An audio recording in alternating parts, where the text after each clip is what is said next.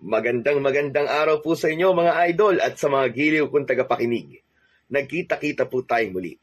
Ako po ang inyong Tito Blair na bumabati sa inyo ng isang maligayang Pasko. Sa araw po na ito, pakinggan po natin ang kwento ng batang si Lilet. Inalagaan at pinalaki ng mag-asawang sina Lolo Poldo at Lola Insyang na di naman niya kadugo. Kaya lamang ay itinuring siya ni Lola Insyang na malas. Kaya malupit siya dito dahil isinisisi niya sa bata ang aksidenteng sinapit ni Lolo Poldo. Hanggang sa may pambihirang katangian na madidiskubre kay Lilet. Dahil dito'y naging palaisipan ang kanyang tunay na katauhan. Ngunit ang mga pagbabago kay Lilet ay nakatulong sa mga tao at naging isa siyang tagapagtanggol kontra sa kampo ng dilim. Subalit paano kung ang taong itinuturing niyang pamilya ay siyang magdadala sa kanya sa kapahamakan? Paano niya ito haharapin? At gugustuhin kaya niyang sumama pa sa kanyang tunay na ina kapag nakita niya na ito at nakilala? Abangan po natin ang magiging pakikibaka ni Lilet, maging ang pakikipagsapalaran niya para ipaglaban ang liwanag kontra sa elemento ng kadiliman. Ngunit bago po ang lahat mga idol, huwag po nating kalimutan mag-subscribe at i-hit ang notification bell sa aking YouTube channel na The Voice Addict para sa mas marami pang makapigil hiningang kwentong aswang at katatakutan mula sa mundo ng kababalaghan. Umpisahan na po natin ang kwento. Titira na sana si Lilet sa kanilang paglalaro ng tumbang preso. Inaasinta na niya ng husto ang lata na dapat patumbahin nang huminto ito at natigilan. Naku po! Oh, bakit Lilet? Sige na, tumira ka na. Patumbay mo na ang lata. Sa susunod na lang tayo maglaro, Olan. Kailangan ko nang umuwi. Ha? Nagkakasarapan pa lang tayo sa paglalaro tapos bigla ka nang uuwi? Ang labo mo naman, Lilet. Hinahanap na ako ni Lola Insyang. Tinatawag na ako at pinauuwi. Ano? Wala naman ako naririnig ah. Pero dinig na dinig ko ang pagtawag niya eh. Ano ka ba? Baka guni-guni mo lang yun. Tinatawag na talaga ako, Olan. Kaya uuwi na ako. Sa susunod na araw na lang ulit tayo maglaro, ha? Isinuot na ni Lilet sa kanyang paa ang tsinelas na kanina'y hawak niya at gagamitin sa pagpapatumba ng lata ng sardinas. Pagkasuot nun, ay nagmamadali na itong tumakbo papauwi. Malakas ang kanyang kaba dahil naririnig niyang tinatawag na siya ng kanyang lola na galit na galit. Naku po, tiyak lagot na naman ako nito kay Lola Insyang. Alam kong nagagalit na siya. Ano kayang sasabihin kong dahilan? Kasi naman si Olan niyaya pa ako maglaro ng tumbang preso. At malapit na sa bahay si Lilet, ay kitang-kita niya sa may pintuan ang kanyang Lola Insyang na may hawak na patpat.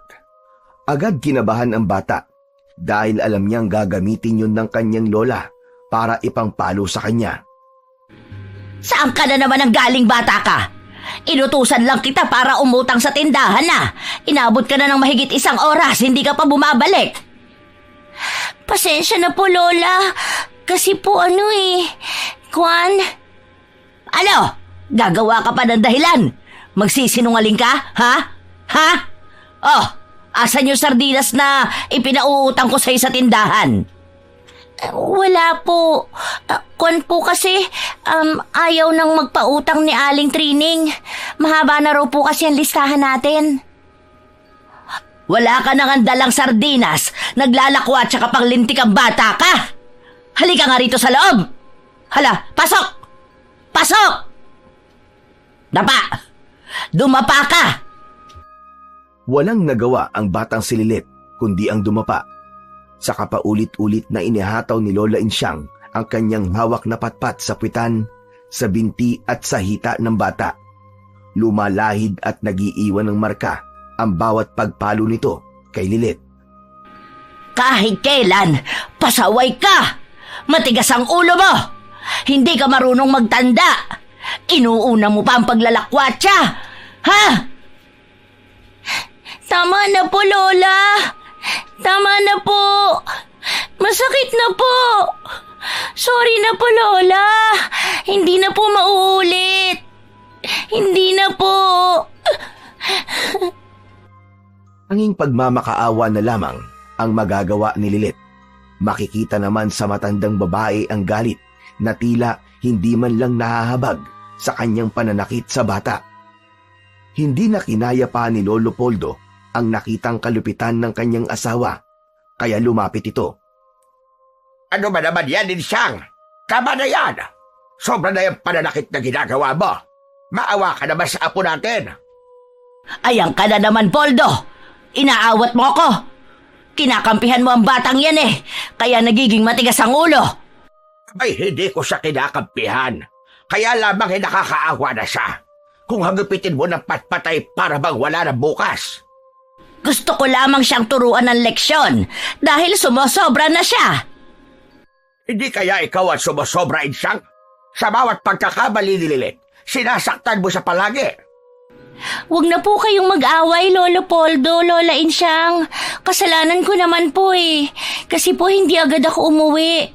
Kasi niyaya po ako maglaro ni Olan. Narinig mo ang sinabi ng batang yan. Inuna pa ang paglalaro kaysa doon sa inuutos ko sa kanya. Sorry na po, Lola. Hindi na po mauulit. Kahit na may nagawang kasalanan ng bata, hindi dapat umaabot na ginugulpi mo siya. Maaari mo siyang pagsabihan. Mabait na bata ang apo natin. Yan kasi ang hirap sa iyo, Poldo. Kinukonsinti mo eh. Hindi ko lang kasi kayang makikita na sinasaktan mo siya. Ewan ko sa iyo, Poldo. Magsama nga kayong dalawa. Baka pagbuhulin ko pa kayo eh, mga buwisit. Galit na tinalikuran ni Lola Insyang sina Lolo Poldo at Lilit. Lumapit naman ang matandang lalaki sa bata kahit medyo hirap dahil sa putol ang isang paa nito.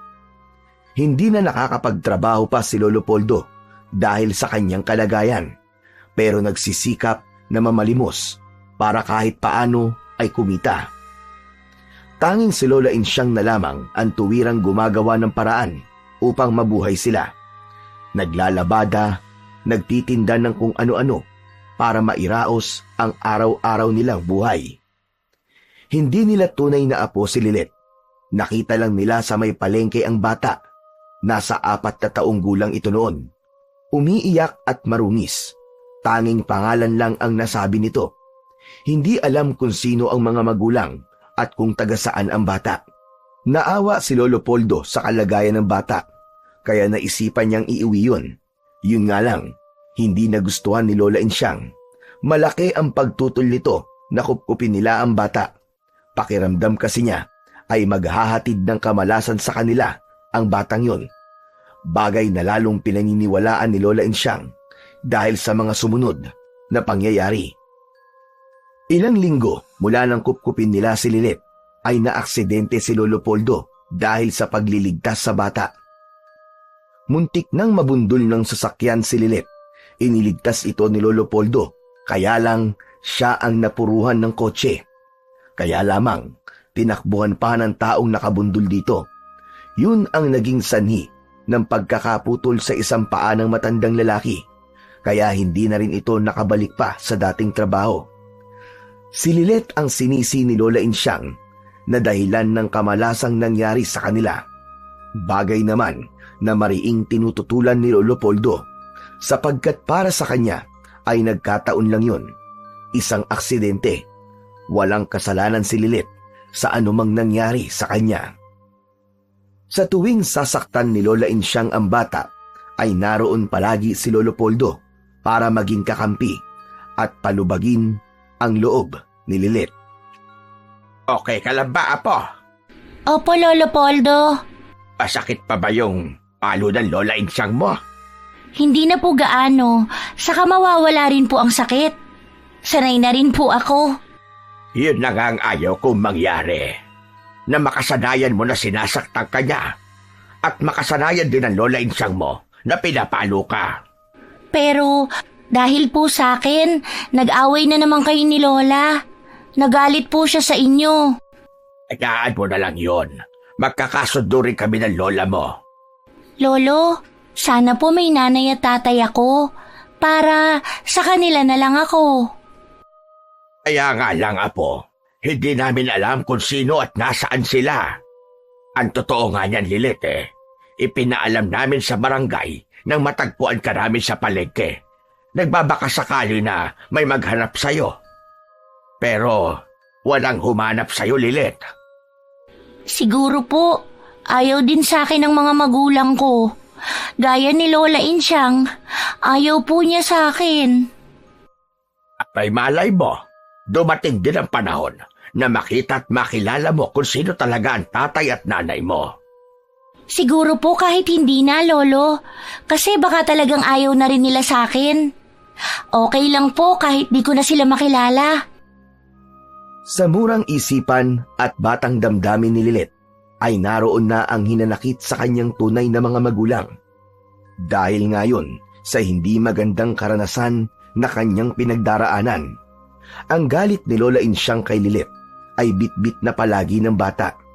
Hindi na yun basta mawawala sa isip niya dahil mula nang tumira siya sa bahay ni na Lolo Poldo at Lola Insyang ay naranasan na niya ang kalupitan ng matandang babae. Sabi na nga ba, nandito ka lang sa ilalim ng puno ng talisay Masarap kasi dito magpahinga at magpalipas ng oras, Olan. Saka malilim dito dahil makakapal at malalapad ang mga dahon. Oh, teka lang. Ano nasa binti at hita mo? Pasa ba yan? Wala ito, Olan. Nadapa lang. Nadapa? Nasa likod ng hita at binti mo. Ano yan? Nadapa ka ng nakatiyaya? Huwag mo na nga lang pansinin. Mangungulit ka na naman Nagtataka lang kasi ako, Lilit. Tsaka lagi ka na rin nagkakaroon ng pasa. Sinaktan ka na naman siguro ng lola mong bruha. Huy, huwag kang ganyan. Huwag mong tawaging bruha ang lola ko. Kasi nga, sinaktan ka na naman niya. Kasalanan ko din kasi, Olan, dahil hindi agad ako umuwi at nakipaglaro ako sa'yo. Oh, kasalanan ko kung ganon? Wala ako sinabing ganyan. Basta. Hindi tama na lagi ka na lang niyang sinasaktan. Teka, kung isumbong kaya natin kay Kapitan, alam ko kasi bawal na sinasaktan ng mga bata Wag na, baka lalong magalit si Lola Insyang sa akin. Sa halip na palo lang ang ipatikim sa akin, isilid ako sa sako tapos ibitin. Hala, kaya ba niyang gawin yun sa'yo? Ewan ko, pero paano kung gawin niya kapag nagsumbong ako kay Kapitan? Anong na lang ang gagawin mo? Di titiisin ko na lang, saka andyan naman ang Lolo Poldo ko. Kahit papano ipinagtatanggol niya ako. Kasi kakampi ko siya. Kapag hindi mainit ang ulo ni Lola Insyang, ay kinakausap siya ng maayos ni Lolo Poldo. Ang kanilang pinag-uusapan ay patungkol kay Lilit. Ayaw kasi ni Lolo Poldo ang ginagawang pagmamaltrato ni Lola Insyang sa bata. Dinidisiplina ko lang siya, Poldo. Pero malupit ang pamamaraan mo, Insyang. Hayang ka na naman. Pinakikialaman mo ako. Kailan ka ba magkakaamor kay Lilit? Huwag mo nang itanong dahil mukhang malabo nang mangyari yon. Insyang, walang kasalanan si Lilit. Pero mula nang kupkupin natin siya, puro kamalasan ang nangyari sa buhay natin. Munti ka pa nga mamatay dahil sa aksidente. Dahil yun sa pagliligtas mo sa buhay niya. Iniiwas mo siya ng muntik na siyang mabundol ng kotse. Pero ikaw ang napuruhan. Kaya tingnan mo nga ang sinapit mo. Iisa na lang ang paa mo. Apay, Insyang, nagkataon lang yon. Puro ka nagkataon. Ang sabihin mo talagang malas ang batang yan. Kaya nga hindi kita maintindihan bakit gustong gusto mo pa rin siyang kasama. Samantalang perwisyo lang ang dala sa atin. Sadyang sarado na yata ang isipan ni Insyang pagdating kay Lilit. Hindi na rin ito makumbinsi at mapaliwanagan ni Poldo upang hayaan na lang ang bata at huwag nang pagmalupitan pa. Upang hindi maging pabigat si Lolo Poldo, ay nagpapasama siya kay Lilit upang magtungo sa lansangan o kaya sa lugar na malapit sa simbahan. Doon ay nagpapalimos ang dalawa. Minsan maayos ang kita nila sa pamamalimos, kapag may mga taong mabubuting puso ang nagbibigay ng medyo malaking halaga. Sana po, marami tayong mapagpalimusan para hindi po magalit si Lola Insyang. O nga, Apo. Sinimulan na nilang pumesto sa gilid ng kalsada para magmakaawa at humingi ng tulong sa mga taong dumadaan. Upang mas maraming maiuwing pera ay lumalapit naman si Lilet sa ibang naglalakad at namamalimos din. Wala silang ibang hangad kundi ang makapag-uwi ng medyo malaking kita dahil nababawasan ang pagiging masungit ni Lola Insyang kapag nakakapag-abot sila ng pera ng kanyang Lolo Poldo.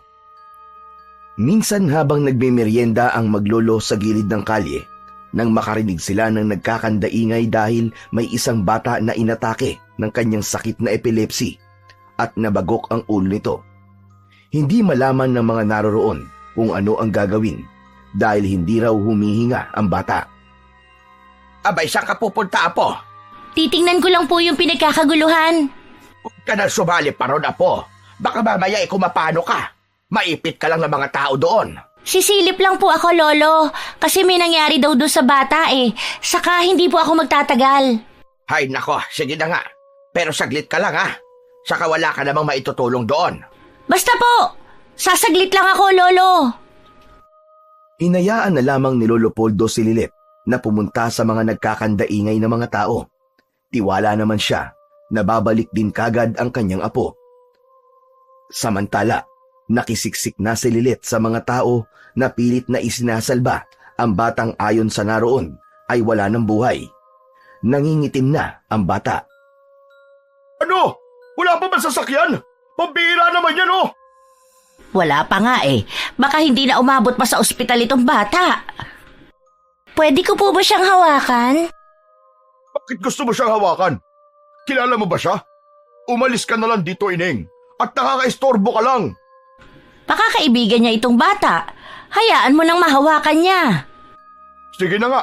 Bilisan mo lang at baka dumating na hinihintay na sasakyan. Lumuhod si Lilet sa harap ng batang lalaking nakahandusay sa gilid ng kalsada. Hinawakan ang kamay nito at pilit na ibinuka ang nakakuyom na palad. Pinisil-pisil niya yon, saka hinawakan at hinaplos ang mukha ng bata. Maya-maya lang ay gumalaw ang kamay ng bata at dumilat ang mga mata. Dahan-dahan itong bumangon. Nagulat at hindi makapaniwala ang mga taong naroroon. Tila walang nangyari sa bata.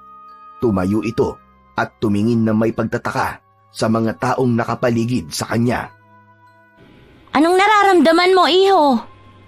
Okay ka na ba, iho? Ngumiti at tumango ang bata. Masigla na ito at tumakbong papalayo. Tila walang anumang iniinda ang bata. Hindi pa rin makapagsalita ang mga taong naroroon. Takang-taka sila sa ginawa ni Lilet. Pinagaling mo siya. Hindi ako makapaniwala sa ginawa mo sa batang kanina lang ay halos patay na. Hinawakan ko lang naman po siya. Umalik na si Lilet sa kanyang Lolo Poldo. Nakasunod ang ilang mga tao at ipinaalam kay Lolo Poldo ang himalang ginawa ng bata.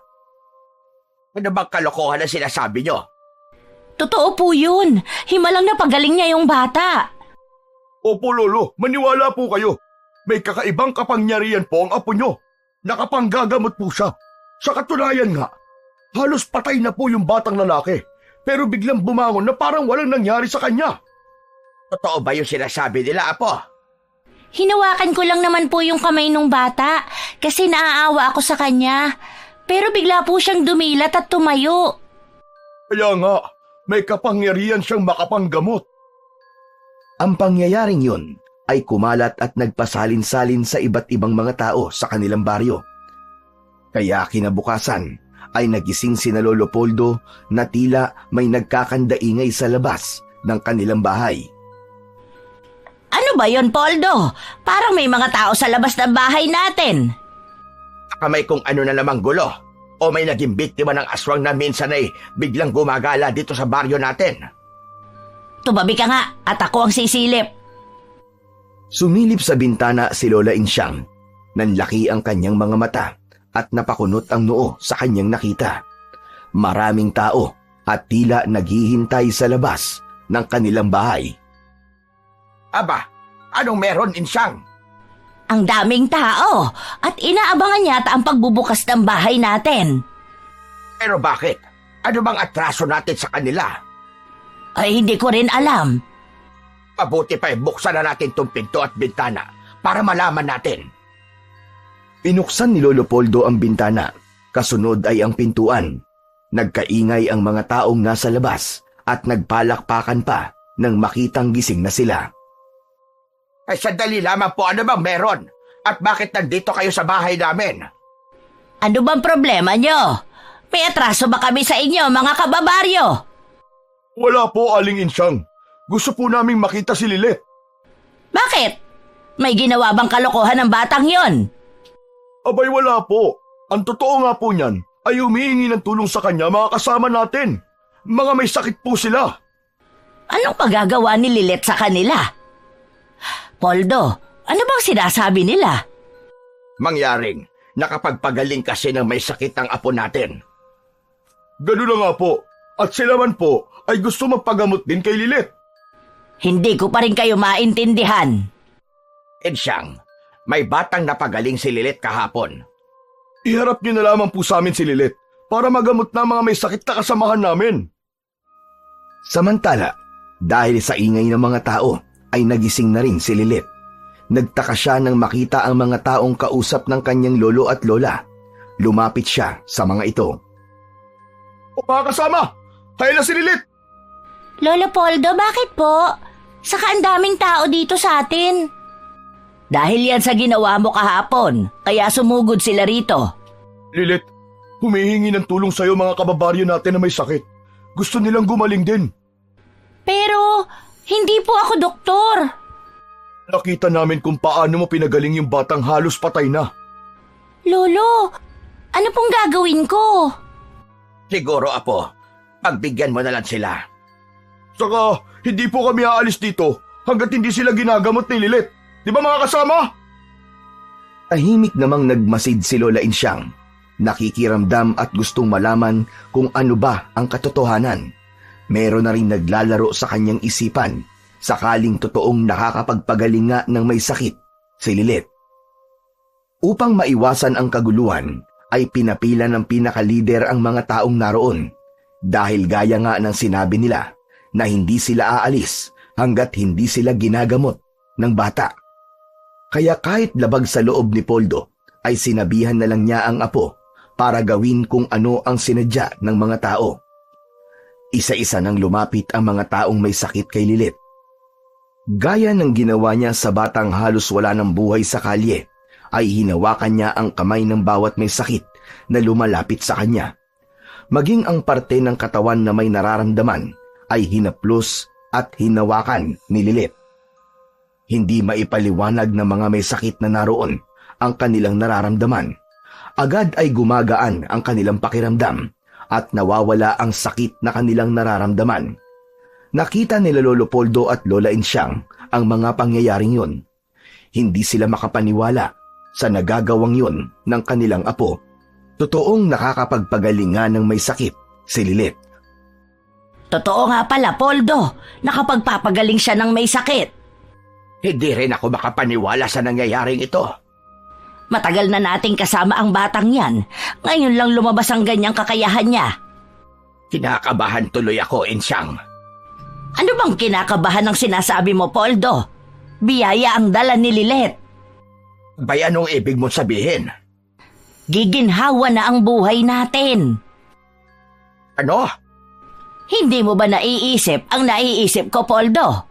O nagtatanga-tangahan ka lang? Pagkakakitaan mo ang panggagamot ni Lilet? Natural. Hindi naman pwedeng libre lang yan. Mapapagod ang bata, maiistorbo tayo. Dapat may ganansya tayo. Pero Insyang, Poldo, ito na ang sinasabing biyaya. Ipinadala sa atin si Lilet para kahit paano umasenso ang buhay natin. Saka ikaw, baka mapagaling niya rin. Ang tagal mo nang may iniindang sakit. pero putol na ang isang pa ko. Hindi na maibabalik ang nawala kong paa. Malay mo, yun ang maging himala. Ay nako, kung ano-anong iniisip mo. Basta, kailangan pakinabangan natin ang kakayahan ni Lilet sa paggagamot. At binabalaan kita, Poldo. Huwag kang kokontra kung ayaw mong mag-away tayo. Natahimik na lang si Lolo Poldo. Alam niyang hindi niya magagawang pigilan si Insyang kung anong ibig nitong mangyari, lalo na sa bagay na yun. Mapagkakakitaan nila ang kakayahan ni Lilet na nagpapagaling ng may mga sakit. Aabot din sa 50 tao ang nagpagamot kay Lilet ng araw na yon, sapagkat unang pagkakataon kaya libre lamang. Inabot na ng gabi nang matapos ang paggagamot ng bata, kaya agad itong nakatulog nang dahil sa pagod. Kawawa naman ang apo natin. Napagod ng husto. Bata pa yan. Kayang-kaya pa ng katawan niya. Seryoso ka ba sa sinabi mo, Insyang? Anong akala mo sa akin? Nagbibiro lang? Baka kasi makasama yun kay Lilet. Negatibo ka kasi. Hindi pa man, nag-iisip ka na agad ng hindi maganda. Iniisip ko lang naman ang kapakanan ng bata. Yung kapakanan natin, hindi mo iniisip. Oy, Poldo, kailangan makabawi tayo sa ginawa nating pag-aalaga sa kanya. Kaya gusto mong pagkakitaan natin siya. Makikinabang din siya, Poldo. Hindi ko na siya uutusang mangutang ng sardinas sa tindahan. Hindi na rin kayo mamamali mo sa kalye, kundi mismong pera na ang lalapit sa atin dahil magpapagamot sila kay Lilet. Sa dami ng taong may sakit ngayon at ang iba'y gustong makatipid, tiyak kay Lilet lalapit. Magkano naman ang magiging singil mo? Baka naman isipin nila na masyado tayong switek. Kaya donasyon lamang ang hihingi natin. Kung magkano ang kaya nila. Pero syempre, ibang usapan kapag mayaman o alam nating may pera yung magpapagamot. Pambihira. Ako na babahala sa gusto mo mangyari, Insyang. Yan ang hirap sa iyo eh. Ang dami mong reklamo. Pagkakataon na nga natin ito para kahit paano makatikim man lang ng konting ginhawa. At si Lilet ang magbibigay noon sa atin. Yun ang magiging silbi niya. Kaya kinabukasan, mas dumami pa ang mga taong dumagsa sa lugar ni na Lolo Poldo. Medyo madilimpay na kapila na ang iba para mauna sila. May dumadayo na rin mula sa karatig na bayan dahil parang may pakpak ang balita na agad na nagpasalin-salin at nakarating kung saan-saan. Naghanda na rin si Lola Insyang ng isang kahon kung saan ay ihuhulog ng mga magpapagamot ang kanilang donasyon. Makinig kayo mga kasama. Yung kahapon, libre yon. Wala kaming hiningi kahit 5 duling sa paggagamot ng aming apo. Ngayon, ibang usapan na. Hindi na ito libre. May konting bayad na. Nagbulong-bulungan ang mga taong naroon. Hindi kasi nila gustong magbayad. Hindi naman pwedeng libre lagi. Paano naman kami? Kailangan din namin kumain. Hindi na kami makakapagtrabaho dahil laging may tao dito. At si Lilet, hindi na rin masasamahan ng kanyang lolo sa pamamalimos. Paano naman kami? Paano kami mabubuhay? Saka konti lang ang aming hihingin. Konting donasyon lang. Sapat na yun. Dahil wala namang nakatakdang halaga ang hinihingi ni Lola Insyang na kabayaran sa pagpapagamot, kaya pumayag na rin ang iba. Nagkakaintindihan na ba tayo? Kahit magkano, kung ano ang kaya niyong ibigay, tatanggapin namin. Kung wala kayong pera, kahit pagkain o gulay o ulam, basta meron kayong maiaabot na donasyon. Dahil naging malinaw ang paliwanag ni Lola Insyang, kaya tumahimik na ang mga taong naroon na magpapagamot. Samantala, sa loob ng bahay ay kausap naman ni Lolo Poldo si Lilet. Nagpapaliwanag ang matandang lalaki tungkol sa magiging pagbabago ng buhay nito. Dito na ako lagi sa bahay, Lolo. Ama ka, apo. Dahil may mga taong umaasa sa'yo. Humihingi sila ng tulong. Manggagamot po ako lagi. Oo, apo. Kasi nga, maraming taong may sakit na gustong gumaling. Ang iba ay desperado na at nakita nilang posibleng ikaw ang makakatulong sa kanila. Sige po. Manggagamot ako para makatulong din sa kanila. Pero okay lang po kaya yun kay Lola Insyang? Hindi na po tayo makakapanlimos dahil manggagamot po ako lagi. Okay lang sa kanya. Ang totoo nga niyan siya ang nagpursige na manggamot ka na lang kaysa doon tayo sa kalye para magpalimos. Kasi nga, humihingi ng donasyon ng lola mo sa bawat magpapagamot. Magbabayad po sila? Oo, Lilet. Pero donasyon lang naman. Maliit na halaga lang. Kasi nga, hindi na tayo makakapagtrabaho kung manggagamot ka palagi. Paano tayo mabubuhay? Anong ipambibili natin ng pagkain natin? Oo nga po. Kawawa naman tayo kung wala tayong makakain. Kaya sige po, payag po ako na manghingi si Lola Insyang ng donasyon. Basta po, wag masyadong mahal. Sa murang isipan ni Lilet ay alam na niya ang kapos nilang kalagayan, kaya nauunawaan niya ang tungkol sa bagay na yun. Upang hindi gaanong mapagod ang bata, ay nagsisimula ang panggagamot ni Lilet ng 7 ng umaga at matatapos ito ng 6 ng hapon. Hindi nahihigit pa roon. Ayaw din nilang sagarin ang enerhiya ni Lilet dahil mahirap kung ito naman ang magkasakit o manghina. Subalit makikita na tila hindi iniinda ni Lilet ang pagod at hirap. Abot tenga naman ang ngiti ni Lola Insyang nang makita ang laman ng kahon na pinaglalagyan ng donasyon. Maliit na halaga man ang ibinibigay ng iba, pero dahil sa dami ng tao na halos lahat ay may ibinibigay na donasyon, kaya malaking halaga rin ang kanilang nalilikom.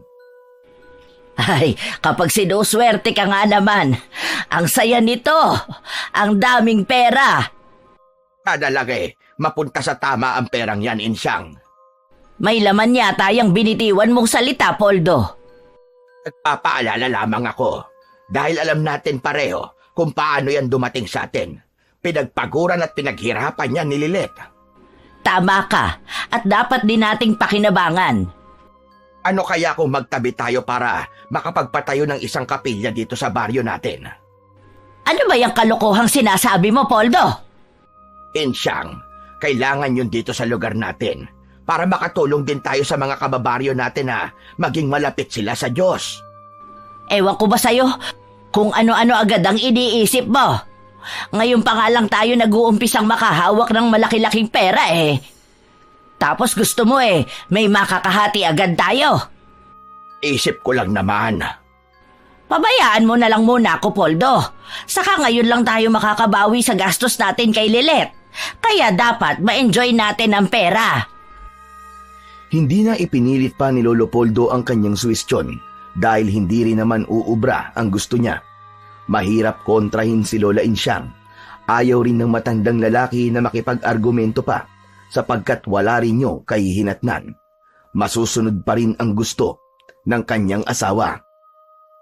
Nakakapagod ang maghapong lumipas dahil sa dami ng mga taong pumila upang magpagamot kay Lilet. Nakapaghapunan na si Lilet at ang kanyang lolo at lola. Kausap ni Lolo Poldo ang apo, samantalang si Lola Insyang naman ay abala sa pagbibilang ng perang naging donasyon sa maghapong lumipas. Okay ka lang ba, apo? Opo, Lolo Poldo. Napagod ka ba? Konti lang po. O sige na, matulog ka na para makapagpahinga ka. Kailangan mo makabawi ng iyong lakas. Lolo, narinig ko po na nagtatalo kayo kanina ni Lola Insyang. Ang Lola Insyang mo kasi, pagdating sa pera, abay, gusto niya, siya lang ang may pakialam. Oo nga po Hindi ko nga alam kung ano ba talagang plano niyang gawin sa perang donasyon ng mga tao.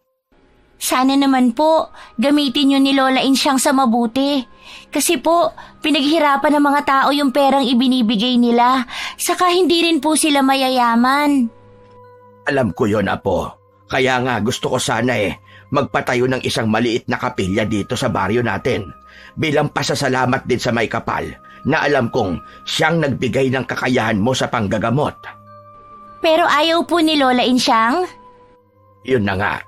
Kaya nag-aalala tuloy ako. Saan po? Posible kasing mawala ang katangiang taglay mo. Bakit naman po, Lolo? Ay dahilan ng lahat, apo. kung bakit ikaw ay pinagkatiwalaan upang makapanggamot. Kaya anumang meron ka ngayon ay pwedeng mawala kapag nagamit sa pagmamalabis. Malalim na ang gabi at nakatulog na sina Lolo Poldo at Lilet. Subalit gising na gising at hindi pa rin dalawin ng antok si Lola Insyang. Nasa tabi niya ang kahon ng donasyong pera. Ito na ang simula ng pag-asenso namin. Akala ko mananatiling pabigat ang batang si Lilet. Ngayon, pakikinabangan na namin siya. Marami pang pera ang maaari niyang kitain sa pamamagitan ng panggagamot. Kailangang mapalaki ko pa ang perang ito sa mabilis na paraan. Ang pagkakaroon ng pera ay naging dahilan upang matukso si Lola Insyang na gumawa ng mga bagay na dati hindi niya pinagkakaabalahan. Umaalis ito ng bahay habang nanggagamot si Lilet. Ipinaubaya na lamang kay Lolo Poldo ang pag-aasikaso sa mga taong dumadayo sa kanila upang makapagpagamot. Nagtutungo si Lola Insyang sa kalapit na baryo para lamang magsugal. Ipinantataya niya ang perang galing sa donasyon. Dahil ang katwiran ng matandang babae ay kailangan mapalaki kagad ang pera at gagamitin nila yon para mas maging maayos pa ang kanilang pamumuhay. May matayog kasing ambisyon si Lola Insyang. Ibig niyang magkaroon ng magarang bahay at ipong maraming pera, kaya nakikipagsapalaran siya sa pagsusugal. Nagawang ilihim yun ni Lola Insyang kay Lolo Poldo. Ano ba talagang ginagawa mo, Insyang? Lagi kang wala. Lagi kang umaalis. Kaya mo naman ang obligasyon dito. May mga tumutulong din sa'yo para mag-asikaso sa mga taong gustong magpagamot. Pero saan ka ba pumupunta? Ano bang pinagkakaabalahan mo? Kung ano mang ginagawa ko ay para din yun sa kapakanan natin. Tayo ang makikinabang. Pero ano nga ang bagay na yon? Ang dami mong tanong. Pwede bang manahimik ka na lang? Insyang, karapatan ko malaman. Lalo na't perang donasyon ang ginagamit mo. Bakit, Poldo? Wala ba akong karapatan? Baka nakakalimutan mo. Malaki rin ang naging sakripisyo ko sa pagpapalaki sa batang yan. Hindi ko inaalis na gumastos ka. Pero sana, ipinaalam mo. Pagtatalunan pa ba natin ito, Poldo? Ibig ko lang malaman at hindi mahirap sabihin yon. Malapit na akong mapuno sa'yo. Ayaw mo kong tigilan, ha? Pwede bang tumahimik ka na lang at pabayaan mo na lang ako? Alam ko ang ginagawa ko. Nagtatalo man sina Lolo Poldo at Lola Insyang, kaya lang ay nauuwi rin ito sa wala dahil sa pagiging mapagpasensya ng matandang lalaki. Samantala, ang tungkol naman sa ginagawang panggagamot ni Lilet ay sadyang kumalat na sa mga karatig baryo at malapit na bayan. Dinarayo na ito ng maraming tao. Ang balitang tungkol doon ay hindi naging lingid kay Apo Sandro. Hindi ko na gusto nangyayari ito. Unti-unti nang nauubos at nawawala ang mga taong may sakit na nagpapagamot sa akin.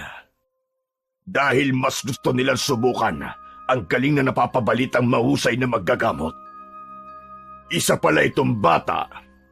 Hindi pangkaraniwan ng pagkakaroon ng isang batang may pambihirang kakayahan para makapagpagaling ng sakit. Dahil sa pagpunta nila sa batang yon, maging ang misyon ko ay nahahadlangan niya. Hindi ko na nagagawa ang aking tungkulin. Hindi yun ikinatutuwa ng aking Panginoon. Isa sa dinarayong manggagamot si Apo Sandro dahil may mga makapagpapatunay na mahusay ito. Kaya nga lang, dahil kay Lilet ay naaagawan na siya ng mga taong nagpapagamot sa kanya. Yun nga lamang, bukod sa panggagamot sa mga may sakit, ay may iba pang dahilan ang gawain yun ni Apo Sandro. Dahil ang kanyang ginagawa ay bahagi lang ng kanyang tungkulin. Siya ang pinagkatiwalaan ng Panginoon ng kadiliman upang baguhin ang paniniwala ng mga tao. Sangkap ng kanyang panggagamot ang palakasin ang puwersa ng kadiliman. May mga ginagamit siyang orasyon at bulong upang maging kampon ng dilim ang mga taong kanyang ginagamot. Ang mga taong ito ay magiging aswang din sa takdang panahon sa pamamagitan ng pagpapasa ng pagkaaswang sa pamamagitan ng panggagamot niya. Kaya pamumugaran ng mga elemento ng dilim ang baryo sa darating na mga araw. Kaya hindi dapat mawala ang mga taong nagkakasakit at magpapagamot sa akin dahil mawawala ang silbi ko. Kaya ngayon pa lang ay dapat na akong kumilos. Kinabukasan, muli ay magiging abala sa panggagamot si Lilet. Maaga pa ay naihanda na ni Lolo Poldo ang mga kailangan para sa pagharap ng bata sa mga taong gagamutin. Nakabantay na kagad si Lola Insyang sa kahon ng donasyon. Bantay sarado siya sa mga taong magpapagamot.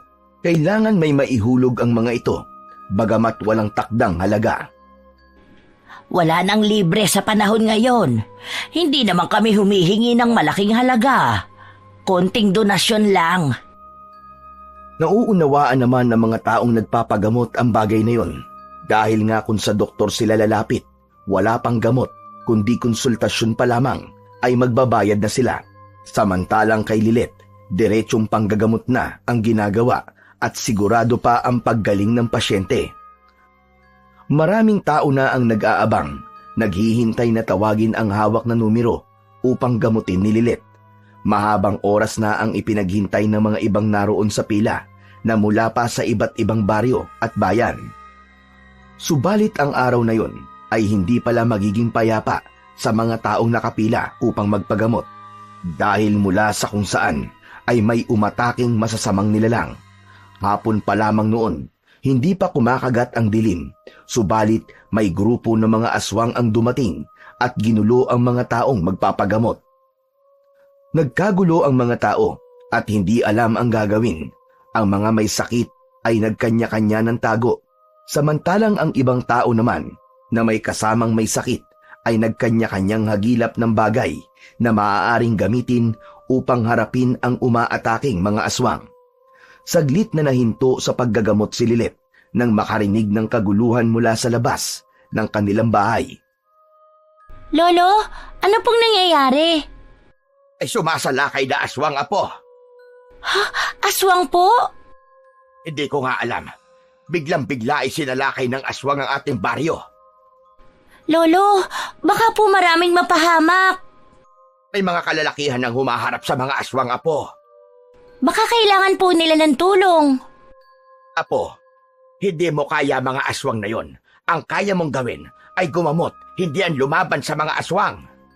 Pero Lolo, may iba po akong pakiramdam ngayon. Anong ibig mong sabihin, apo?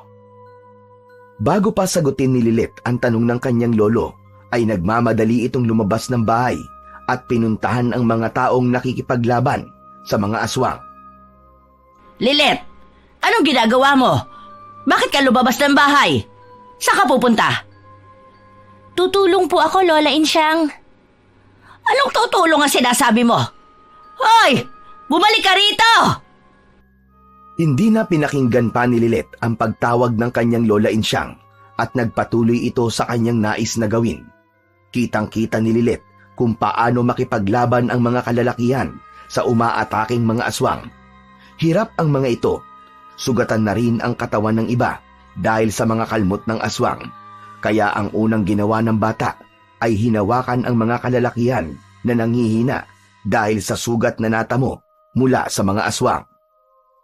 Tila isang himala at hiwaga na sa bawat paghawak ni Lilet sa parte ng katawan ng mga lalaking may sugat at nanghihina ay humihilom ang mga sugat nito. Nagiging mas malakas at nagkakaroon ng bagong enerhiya. Sige po, Manong. Laban lang. Huwag niyong tigilan ang mga aswang na yan. Dahil sa ginawa ni Lilet, ay walang nagagaping kalalakihan na humaharap sa mga aswang, sapagkat nawawala ang kanilang sugat at nadadagdagan pa ang kanilang lakas. Kakaiba ang enerhiyang pumapasok sa katawan nila sa bawat paghawak ni Lilet. Kitang-kita ng mga tao ang mga pangyayaring yon, kaya naman lalo lang silang nagkaroon ng malaking tiwala at paghanga sa kakayahan ng batang manggagamot. Pero dahil sa ginawa ni Lilet, ay nagalit sa kanya ang mga aswang, sapagkat sinira ni Lilet ang kanilang plano. Wala silang magapi sa mga kalalakihan na lumalaban sa kanila dahil inililigtas at pinalalakas sila ng bata. Dahil doon ay si Lilit ang pinuntirya ng mga aswang. Siya ang inatake at sinunggaban ng mga ito. Dahil yun sa ginawa nitong pakikialam, isang aswang ang biglang humawak sa kamay ni Lilit. Ah! Bitiwan mo ako, aswang ka! Bitiwan mo ang braso ko! Lalo namang nanggigil ang aswang sa pagsigaw ng bata. Hinigpitan pa nito ang kapit sa braso na halos bumaon na ang matutulis na kuko. Bitiwan mo, sabi ako eh! Nasasaktan ako! Hindi pa rin bumitaw ang aswang sa pagkakahawak nito sa braso ni Lilit. Upang bitiwan si Lilit ng aswang, ay ipinanghawak ng bata ang isa niyang kamay sa braso ng aswang. Napasigaw ang aswang nang hawakan siya ni Lilit. Umusok ang braso ng aswang na hinawakan ng bata. Maging siya man ay nagulat din sa nangyari. Nakita ng ibang aswang ang nangyari sa kanilang kasamahan. Kaya sa halip na tulungan ang kasama nila, ay umurong ang mga ito. Natakot sila sa bata. Hindi maipaliwanag ni Lilit at naguguluhan din siya sa mga nangyari dahil unang pagkakataon yun. Kung ang kamay ni Lilit ay nakakagamot sa mga normal na taong merong karamdaman, nakakamatay din ito at nakakasunog ng mga nilalang ng kadiliman. Hindi naman ikinatuwa ni Lolo Poldo ang ginawa ng bata, kundi labis lang itong nabahala at nag-alala. Hindi ka na lang dapat nakailam pa, Apo. Ang gusto ko lang naman po ay makatulong, Lolo Poldo. Nauunawaan kita. Kaya lang paano ko napahamak ka? Hindi po mangyayari yun. Saka nakita nyo naman po, okay lang ako. Natakot pa nga sa akin ang mga aswang na yun eh. Kahit na ba eh. Kaya sa susunod, ayokong gagawin mo uli yun ha. Huwag ka na lang makialam. Paano po kung kailangan nila ang tulong ko? Apo, makinig ka na lamang sana sa akin. Kaligtasan mo lamang ang iniisip ko. Samantala, hindi naman maipaliwanag ni Lola Insyang kung matutuwa ba siya o maiinis sa mga bagong revelasyon tungkol sa kakayahan ni Lilit. Hindi lang pala sa paggagamot natin mapapakinabangan ng batang yan. Mukhang may kung anong iniisip ka na naman, Insyang. Pagkakataon na ito para lalo natin siyang pakinabangan. Ano ka mo? Gusto mo na naman pagkakitaan ng bata? Yon ang magiging silbi niya sa atin, Poldo. Ginagawa mo lamang siyang gatasan. Makabawi man lang tayo sa naging pagpapalaki natin sa kanya.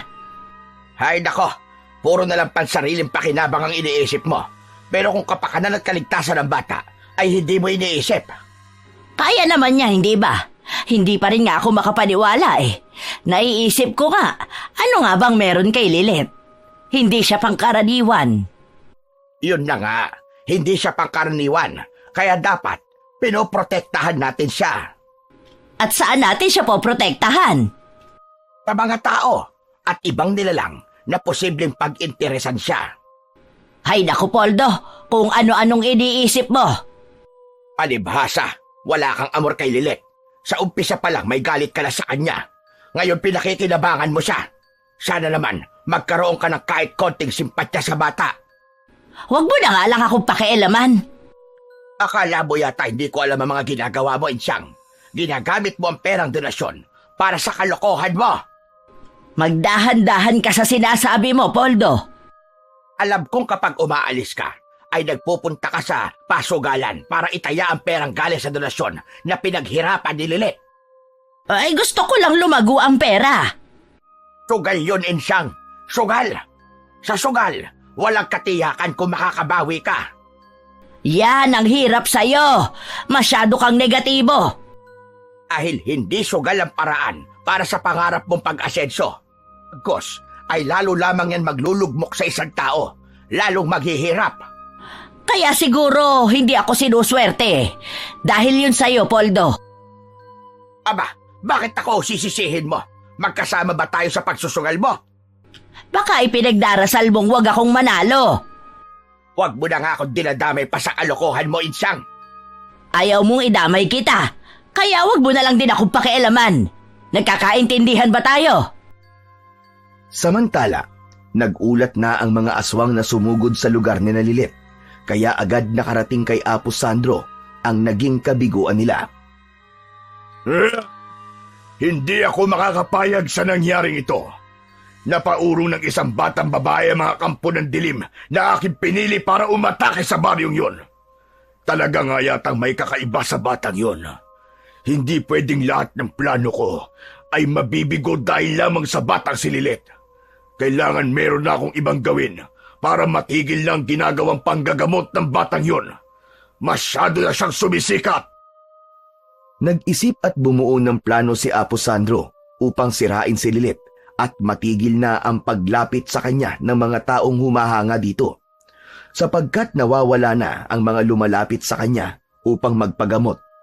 Dahil nga doon, nahahadlangan at nasisira na ang kanyang plano, ang misyon na dapat niyang gawin upang matuwa ang kanyang kinikilalang Panginoon ng kadiliman. Nagpatuloy naman sa paggagamot si Lilit sa mga nangangailangan ng kanyang tulong. Lalo pang dumadami ang mga taong sumasadya sa kanya. Walang ibang hangad ang mga ito, kundi ang kagalingan sa kanilang karamdaman. Dahil naman ang nais ni Apo Sandro ay sirain ang pagkakakilala ng mga tao kay Lilit, kaya handa niyang gawin ang kanyang balak. Nagkunwari itong may malubhang sakit at pumila sa grupo ng mga taong magpapagamot sa bata. Binago niya ang kanyang itsura upang hindi siya makilala ng ibang mga tao. Matagal din ang kanyang ipinaghintay sa pila. Halos inip na siya, pero kailangan niyang maghintay at magtiyaga. Hanggang sa dumating na ang oras upang gamutin si Apo Sandro na nagkunwaring may malubhang sakit. Ano pong nararamdaman ninyo, Tatang? Matagal na akong pinahihirapan ng sakit kong kanser sa bituka. At nahihirapan din akong makalakad. Tanging itong saklay ko ang siyang nakakatulong sa akin para makapunta sa lugar na gusto kong puntahan. Huwag po kayong mag-alala. Pagagalingin ko po kayo. Hinawakan ni Lilit ang tiyan ni Apo Sandro. Kasunod ay ang binti nito na meron daw diferensya. Kaya lamang napakunot ang noo ni Lilit habang ginagamot ito. Napansin naman yun ni Apo Sandro. May problema ba, Iha? Nahihirapan ka bang gamutin ako? Kuwan po kasi, parang hindi ko maramdaman na meron kayong sakit. Pero imposible yun. May sakit ako na malala. Madalas ka naduduwal ako dahil sa pananakit ng aking tiyan. At itong binti ko kumikirot. Nakikita mo naman siguro na hirap ako maglakad. Pero wala po talaga akong nararamdaman na may dapat akong gamutin sa inyo eh. Eking manggagamot ka lang yata. Hindi mo ko kayang gamutin. Naku, hindi po ako peke. Marami na akong natulungan. Bakit hindi mo ko kayang gamutin? Nanluloko ka lang siguro. Hindi po ako manloloko. Pero wala kang magawa para gamutin ako. Mga kasama, nakita niyo ba yun? Nakita niyo ba? Hindi ako kayang pagalingin ng batang ito. Manloloko siya. Isa siyang huwad na manggagamot. Malamang namimera lang siya. Kaya mali ang ginagawa niyong nagtitiwala sa kanya. Isa siyang huwad. Isang peke na namimera lang. Donasyon lang niyo ang gusto nila. Pero wala naman talaga siyang kakayahang magpagaling. Dahil sa mga sinabing yun ni Apo Sandro, ay tila nabahala ang mga taong naroon at ang iba ay naniwala agad sa kanilang mga narinig. Papayag ba kayong patuloy na niloloko ng batang ito? Paniniwalaan niyo pa ba siya? Ginagamit lang nila kayo para kumita sila na salapi. Dali lamang, Ginoo. Hindi totoo ang iyong sinasabi. Gumagawa ka na ng kwento. Sinungaling ka. Paano ako magsisinungaling, Tatang? Harap-harapang sinabi ng apo nyo na hindi ako kayang pagalingin. Kasi nga, mga manloloko kayo. Ginagamit nyo ng itong kawawang bata. Lolo, siya po ang sinungaling. Mabuti pa'y umalis ka na lang dito kaysa gumawa ka pa ng eksena at mag-iskandalo. Poldo, ako na ang bahala sa kanya. Kaya dapat, itigil nyo na lang tong ginagawa nyong panloloko. Amang, tayo na lang ang mag-usap. Huwag ka nang mag-ingay pa rito dahil nakakaabala na kayo. Dahil sa eksenang ginawa na yun ni Apo Sandro, ang ibang pasyente ay nawalan na ng tiwala kay Lilit. Agad na pinaniwalaan ang mga sinabi nito. Ang pangyayaring yun ay iniyakan ng bata. Huwag ka nang umiyak, Apo. Alam nating mali ang lahat ng sinabi niya. Sinungaling po siya, Lolo. Oo, Apo, alam ko yon. Tayo ang mas nakakaalam ng katotohanan. Samantala, ganun na lamang ang kasiyahan ni Apo Sandro sa kanyang pag-uwi, sapagkat batid niya na sa kanyang ginawa ay napaniwala niya ang mga taong naroroon. Wala pa rin kakupas-kupas ang husay ko sa pag-arte. Tiyak maraming hindi babalik sa mga pasyenteng yon dahil wala na silang tiwala kay Lilit. Kaya sa akin sila pupunta upang magpagamot. May pagpapatuloy ko ng gawin ang aking misyon sa pamamagitan ng aking panggagamot at naipapasa ko sa mga tao ang pagiging aswang. Kaya sa pagsapit ng takdang panahon, lahat sila ay magiging kauri na namin. Wala na silang kawala. Hindi nila mamamalayan ang mga magiging pagbabago sa kanilang pagkatao. Nangyari nga ang nais ni Apo Sandro. Dahil ng mga sumunod na araw, ay nagulat na lang si Lilit at Lolo Poldo na halos wala nang pumipila upang magpagamot. Ikinalungkot naman yun ni Lilit na ang tanging hangad lamang ay ang makatulong sa mga tao sa baryo, lalo na sa mga mahihirap na may sakit. Ayaw na nila akong paniwalaan, Lolo Poldo.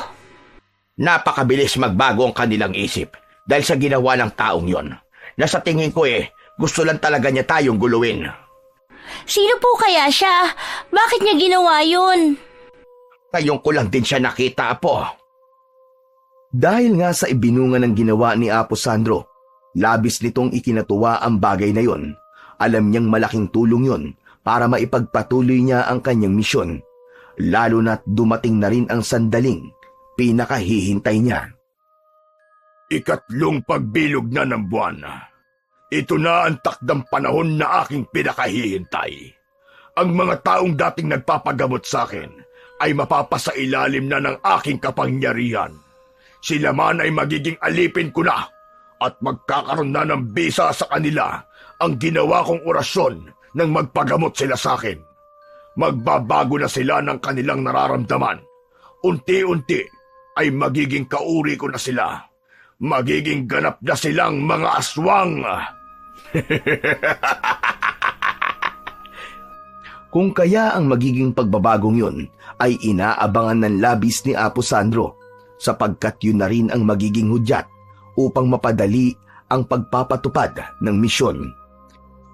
Samantala, sa bahay naman ni na Lolo Poldo ay kanina pa niya napapansin ang pagkabalisa ni Lola Insyang. Hindi ito mapalagay at naglalakad ng pabalik-balik. Pwede ba, Insyang? Maupo ka na nga. Nahihilo ko sa ginagawa mo. Ano ba nangyayari sa'yo? Anong ayos lang? Kanina ka pa riyan hindi mapakali. Ewan ko ba? Hindi ko rin maipaliwanag. Kaya nga, kumalma ka muna. Hindi pa nga pala tayo tapos ng pag-uusap, Poldo. Meron ba tayong dapat pag-usapan? Yung nangyari nung nakaraang araw. Hindi napagaling ni Lilit ang lalaking nagreklamo. Hay nako, drama niya lang yon. Ibig lang niyang siraan ang apo natin. Ay talagang ipinagtatanggol mo pa ang batang yan, ano? Dahil alam kong mali ang sinabi niya. Pero anong naging bunga? Iilan na lang ang bumalik para magpagamot dahil hindi na sila naniniwala sa kakayahan ni Lilit. Ngayon lang yan. Tsak kung babalik din sila. Tiyakin mo dahil malaki ang mawawala sa atin. Ang kausap ni Lolo Poldo si Lola Insyang ay tila nanginig ang katawan ng matandang babae. Nagulat naman at nataranta si Lolo Poldo. Insyang! Insyang! Ano nangyayari sa'yo? Patuloy sa panginginig ang katawan ni Lola Insyang, kaya tinawag ni Lolo Poldo ang apo sa kwarto. Nagmamadaling lumabas ng silid si Lilit. Nagulat ang bata nang makita ang nangyayari sa kanyang lola. Lolo Poldo, bakit po nagkakaganyan si Lola? Hindi ko rin alam, Apo. Lilit, tulungan mo ang lola mo. Gamutin mo ang iyong lola. Opo, Lolo. Agad na lumapit si Lilit sa kanyang Lola Insyang. at hinawakan ang kamay nito upang gamutin. Napapitlag naman si Lilet. Napasigaw naman si Lola Insyang. Bakit, Lilet? Lolo, meron pong mali eh. Anong mali? Hindi ko po maipaliwanag, pero walang sakit si Lola Insyang. Samantala, huminto ang panginginig ni Lola Insyang. Kumalma na ito, subalit matalim ang tingin kay Lilet. Pwede ba, Lilet? Umalis ka sa harap ko! Alis! Pero Lola Insyang... Narinig mo ba sinabi ko? Sabi ko, umalis ka! Insyang naman, ba't ka ba nagagalit sa bata? Wala siyang masamang ginagawa. Ang nais pa nga ng apo natin ay matulungan ka. Ayoko siyang makita. Napaiyak ang bata dahil sa ipinakitang galit ng kanyang Lola Insyang, kaya lumayo na lang ito at bumalik na sa kanyang kwarto. Nakita mo na? Nakita mo na, Insyang? Umiyak tuloy ang bata. Wala akong pakialam. Ano ba nangyari sa'yo kanina? Hindi ko rin alam, pero wag mo nang alalahanin. Dahil okay lang ako at wala akong sakit. Kailangan ko nga palang umalis. Saan ka naman pupunta? Kailangan ba lahat ng lakad ko sasabihin ko sa'yo, Poldo? Dahil asawa mo ko. Pero kung ayaw kong sabihin, wala kang magagawa. Kaya pwede ba manahimik ka na lang at wag mo akong pakialaman? Ang pag-alis na yun ni Lola Insyang ay may kinalaman sa nangyari sa kanyang panginginig at pangingisay. Dahil pakiwari niya ay may kung anong tinig siyang naririnig at niyayaya siyang puntahan ang pinagmumulan ng tinig na yon. Hindi ko kayang pigilan itong nararamdaman ko. May humihila sa akin. Dahil hindi kayang labanan ang nararamdaman, may kung anong enerhiya na humihila kay Lola Insyang, kaya sinunod na lang yon ng matanda. May naririnig din siyang tinig na siya lang ang nakakarinig. Yun ang sinundan ni Lola Insyang. Ang dilim ng gabi ay binabagtas ni Lola Insyang. 100 yun sa kinaroroonan ng tinig na kanyang naririnig sa kanyang isipan. Wala namang kamalay-malay sila Lolo Poldo at Lilet sa nangyayaring yun kay Lola Insyang. Sino pong tinatanaw niyo, Lolo? Ang lola mo, apo. Kanina pa siya wala. Uuwi din po yun. Gabi na kasi. Baka kumapado siya. Lolo, may itatanong lang po sana ako. Bakit po ba laging galit sa akin si Lola Insyang? Ayaw na ayaw niya sa akin. Huwag mo na laman siyang pansinin, apo. Kung ayaw man sa'yo ng Lola Insyang mo, andito naman ako. At mahal na mahal kita, apo. Salamat po, Lolo. Pero Lolo, bakit po kaya kung ano-anong nangyayari sa akin? Alam ko po na hindi niyo ako tunay na apo.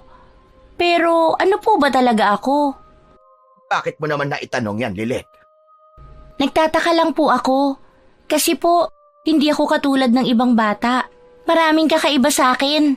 May mga kakayahan ako na wala sa ibang bata. Naiisip ko tuloy na hindi ako normal. Pero kung hindi niyo ako katulad, ano po ba ako? Apo, hindi ko rin kayang sagutin ang tanong mong yan. Pero alam kong darating din ang takdang panahon na mabibigyan ng katugunan ang mga ipinagtataka mo. Kailan po yun? Kasi po, gusto ko na ring malaman ng totoo tungkol sa pagkatao ko. Natatakot na rin po kasi ako Ano namang ikinakatakot mo, apo? Na dahil kakaiba ako, baka may mangyaring hindi maganda at madamay kayo ni Lola Insyang.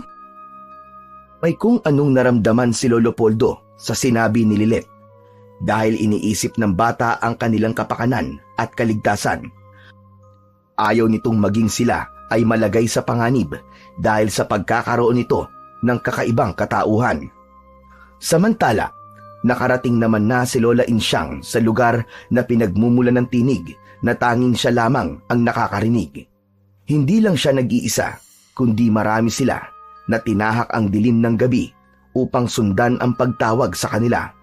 Nagtitipon sila sa isang lugar na tila bulwagan.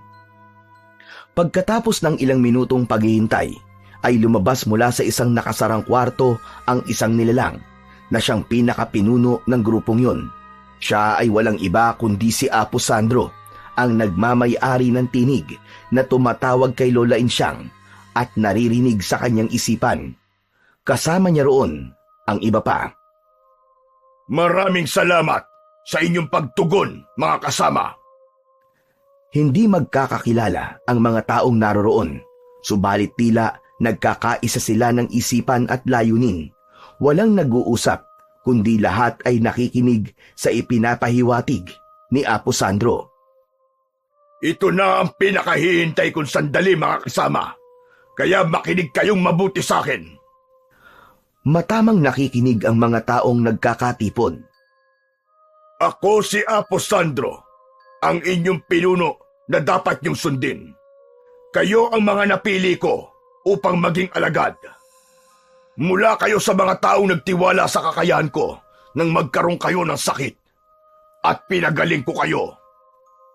Panggagamot ang naging paraan ni Apo Sandro upang madali niyang maparami ang lipi ng mga aswang. Ngayon na nga ang sandaling hinihintay ni Apo Sandro upang magkaroon na ng katuparan ang kanyang misyon. Isa si Lola Insyang sa naging pasyente na nagpagamot kay Apo Sandro, kaya kasama ito sa mga taong nasalinan ng pagiging aswang. Dahilan din kung bakit lalong naging masama ang ugali nito. Magmula sa mga araw na ito, magiging ganap na ang pagiging alipin nyo. Magkakaroon na ng bisa sa inyong katauhan ng pagiging isang aswang. Wala na kayong magagawa pa. Hindi nyo na ito matatanggihan pa dahil naipasa na yon sa katauhan nyo. Mataman na nakikinig lamang ang mga naroon. Walang kumukontra kay Apo Sandro dahil lahat sila ay nasa ilalim na ng kapangyarihan ng kadiliman. Pagkatapos ng gagawin nating ritual na siyang magpapatibay ng inyong pagiging aswang, ay makakabalik pa rin kayo sa inyong mga pamilya.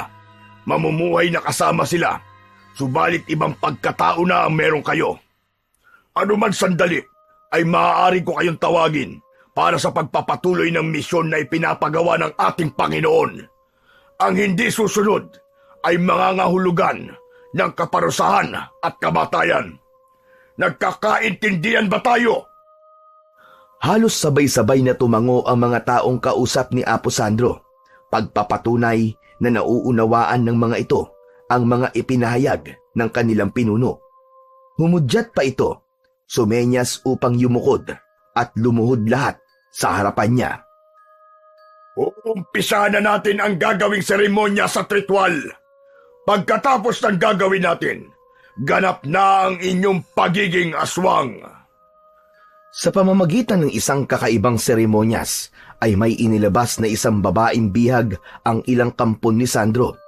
Inilagay yun sa isang mesa na nasa gitna ng mga taong naroroon sa pagtitipon.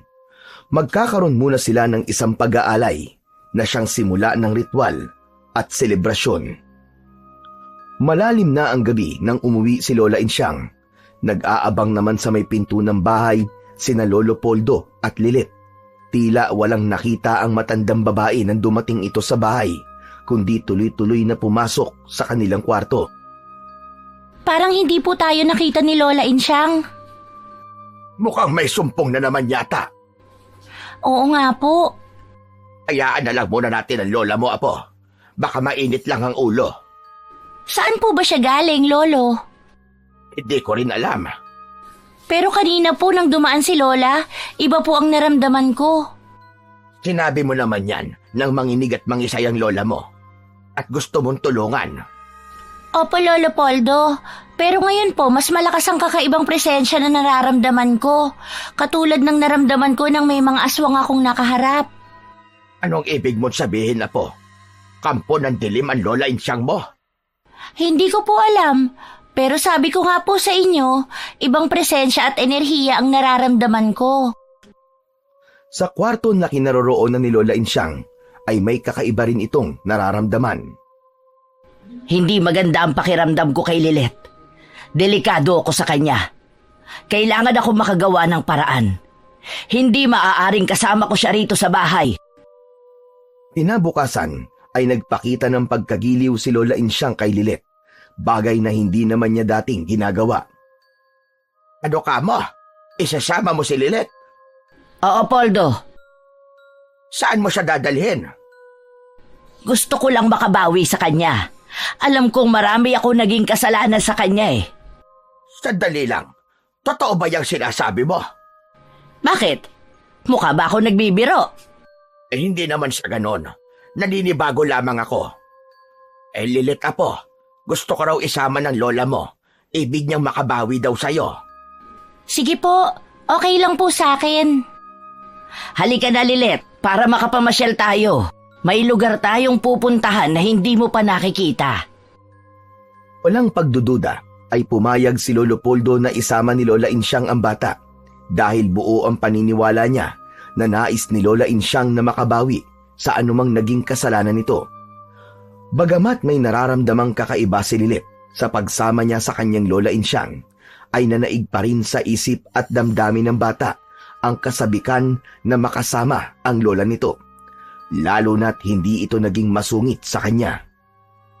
Dinala ni Lola Insyang si Lilith sa lugar ni na Apo Sandro. Ipinasok ito sa isang lugar na siya lang ang naroon. Sa kanya ipinaalam yon sa kanilang pinuno. Nagtataka man si Lilith, ay sumunod na lang ito sa kanyang Lola Insyang. Hindi ko naramdaman yun na magpagamot ako sa kanya, Insyang. Maaaring dahil iba ang inyong pakay ng pagkakataong nakaharap siya. Tama ka. Kaya nabaliwala ko ang aking nararamdaman tungkol sa pagkatao ng batang si Lilith. Hadlang siya sa iyong mga plano, Apo Sandro. Kaya malaking bagay itong iyong ginawa. Sa lugar na ito, ay tatapusin natin siya. Nakahanda ka ba sa bagay na yon? Kayo ng asawa mo ang matagal na nag-aalaga sa kanya. Oo. Balit kahit kailan ay hindi ako nagkaroon ng amor sa batang yan. Dahil sa simula pa lang mainit na ang dugo ko sa kanya. Kung ganun pala, ay wala kang pakialam sa kanya, Insyang. Oo. Kaya kayo na ang bahala sa kanya, Apo Sandro. Gawin mo kung anong dapat sa kanya. Ako na ang magpapaliwanag kay Poldo sa aking pag-uwi. Magaling. Ngayon ay pinatutunayan mo sa akin ang iyong katapatan, Insyang. Ginagawa ko lamang kung ano ang sinasabi ng aking isipan.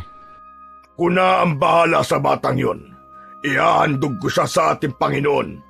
Kapag naibigan niya ang handog natin, kapalit noon ay dagdag na lakas at kapangyarihan sa panig mo. Magiging angat ka sa ibang aswang. Sa pag-uwi ni Lola Insyang, ay hindi na nito kasama pa si Lilith, kaya ganun na lang ang pagtataka ni Lolo Poldo.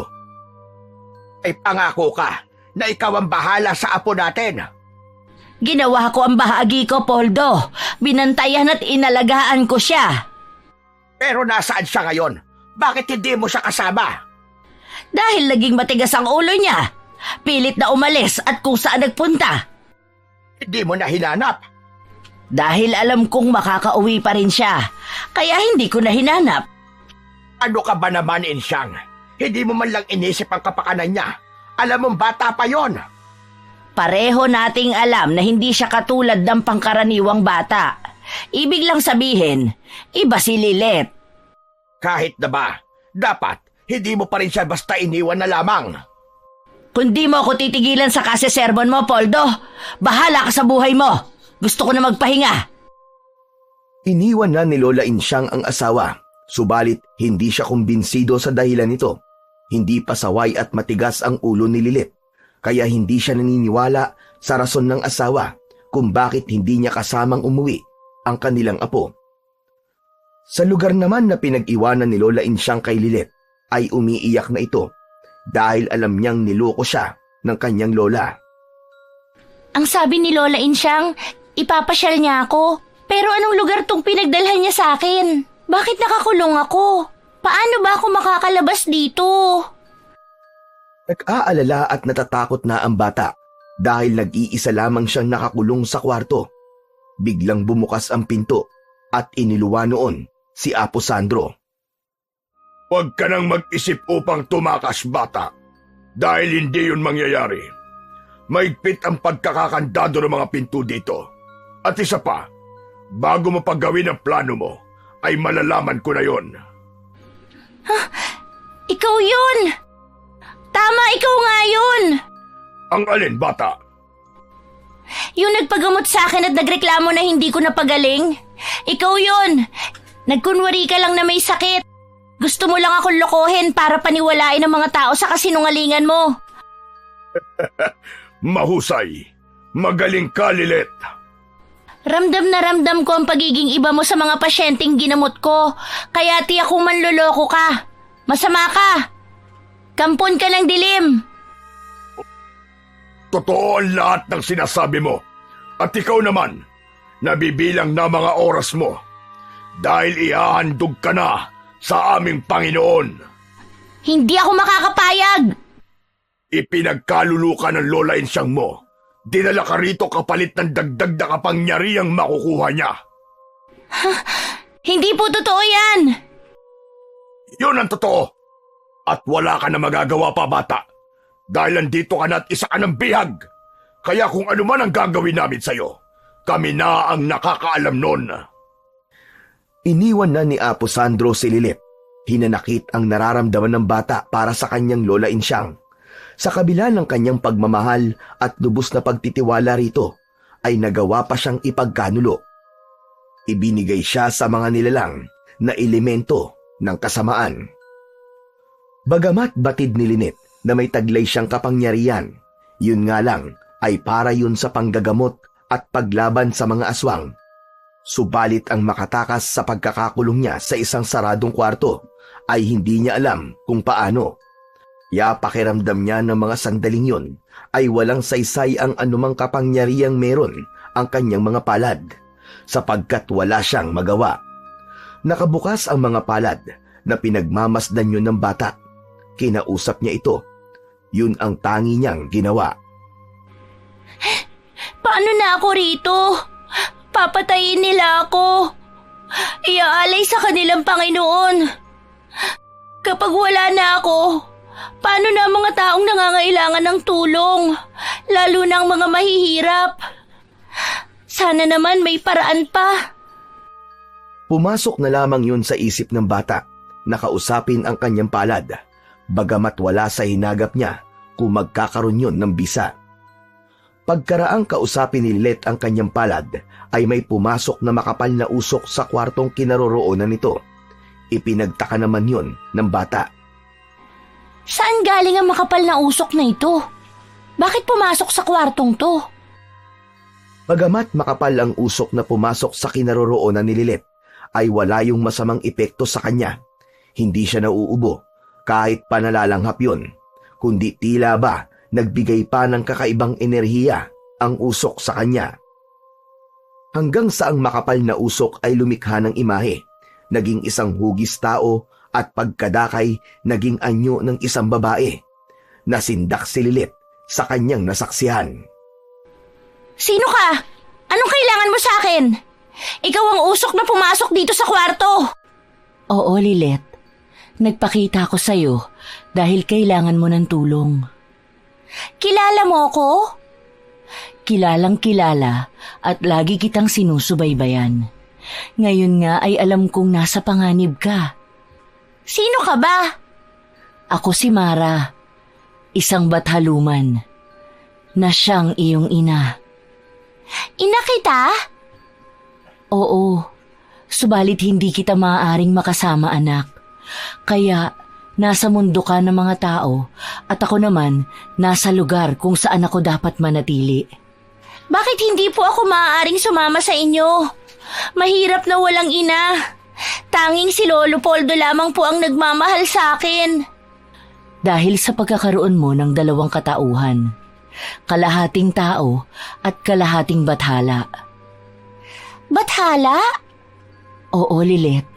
Isang mortal ang iyong ama. Yun nga lang wala na siya. Namatay siya pagkaraang isilang kita. Yun kasi ang sumpa sa mga bathaluman na umiibig sa mortal. Namamatay ang lalaking kanilang minamahal. Dahil sa pagkakamali nyo, ako ang nagdurusa at nakakaranas ng sumpa. Ako ang siyang naghihirap. Kaya humihingi ako ng tawad sa iyo, anak. Sana pala hindi ka na lang nagpakita dahil lalo lang naging masakit sa akin na nalaman ko ang katotohanan. Anak ako ng isang bathaluman, samantalang kahabag-habag ang aking kalagayan. Huwag sanang sumama ang loob mo, anak. Dahil darating ang tamang pagkakataon para matuldukan ang iyong paghihirap. Kung ang nais mo'y manirahan din sa mundo, kung nasaan ako, mangyayari yon sa takdang panahon, sapagkat isa kang batang bathaluman. Kailan po yun? Kaming mga bathaluman ay dumarating din sa pagkakataong nagagawang isuko ang pagiging bathala. Kapag nangyari yun, maaari kong ilipat sa iyo ang aking katauhan. Ipapasa ko sa iyo ang aking espiritu. Sa ganung paraan ay magiging buo ka, anak. Mapupunan ang kalahati ng pagkatao mo na isang mortal. Magiging buo ang iyong pagiging bathala. Saka ka palang maaaring manirahan sa aming mundo. Maiiwan ko po si Lolo Poldo. Oo. Subalit ang desisyon ay nasa iyo, Lilet. Ngunit sa ngayon ay huwag muna nating pag-usapan yun. Ang kailangan mo ngayon ay makaalis at makalaya sa pagkakabihag ni Apo Sandro. May masama siyang plano sa iyo. Isa pa'y maraming tao ang nangangailangan sa iyo, anak. May mga taong kailangan mo pang iligtas. Lalo na ngayong umiiral na sa baryong kinalakihan mo ang kasamaan dahil sa pamamayani ng mga kampo ni Apo Sandro.